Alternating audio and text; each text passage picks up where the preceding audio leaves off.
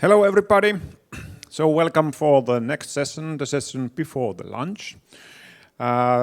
This session contains 5 presentations, and the first one is Philip Nicholas from Sun Chemical, and he's giving a talk about biosensor materials requirements, challenges and opportunities. So let's welcome Philip on the stage.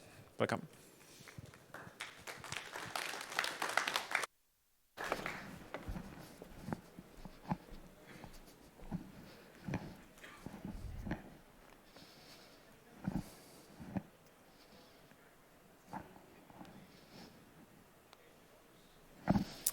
Good morning, everyone. My name is Dr. Phil Nicholas, and I am from Sun Chemical. And I'm going to be talking about biosensor materials and the opportunities and challenges within selling materials to the electrochemical biosensor market.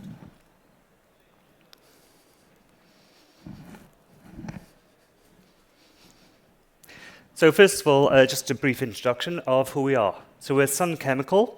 We're a global company in many, many countries around the globe with our parent company, DIC. And our primary chemicals that we sell to the industry is color pigments and color pastes.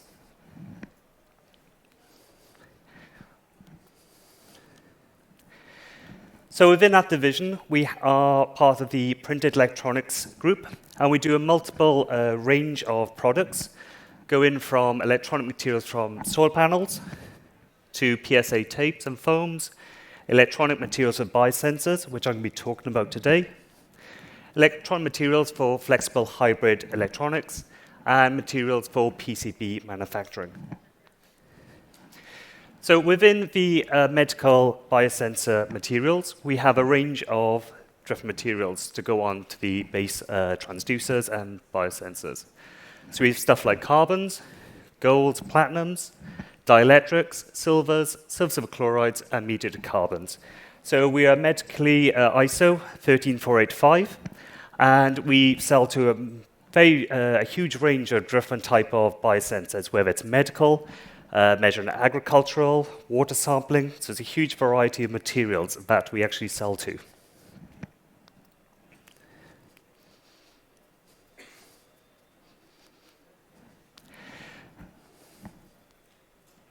So what I'm going to talk about today is, first of all, this is a typical base transducer used for biosensors.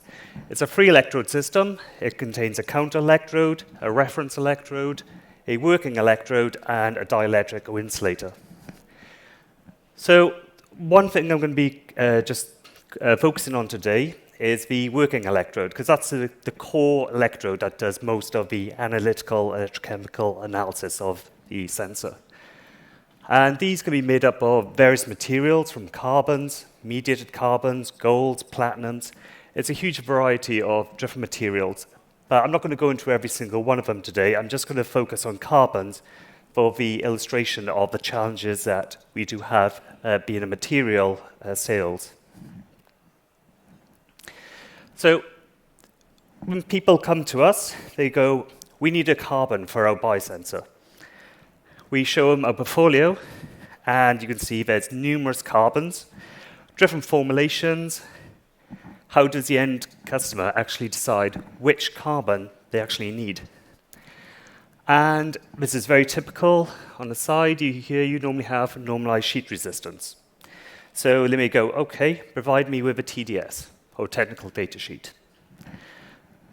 Technical data sheet's very good. It tells you about the printing properties, the solid content, the viscosity, the dry thickness film. All of this is purely for printing and getting a physical attribute to your print. And what you typically find, Sun Chemical being guilty of this as well as the rest of the industry, is we always say sheet resistance in ohms per square at 25 microns or 1 mil. And that's very good if you're doing conductive carbons. It's not good if you want to know anything about electrochemical performance. So I got 2 examples here, carbon A and carbon B. You can see here we have one which has a resistivity of 40 ohms per square at 25 microns, and another one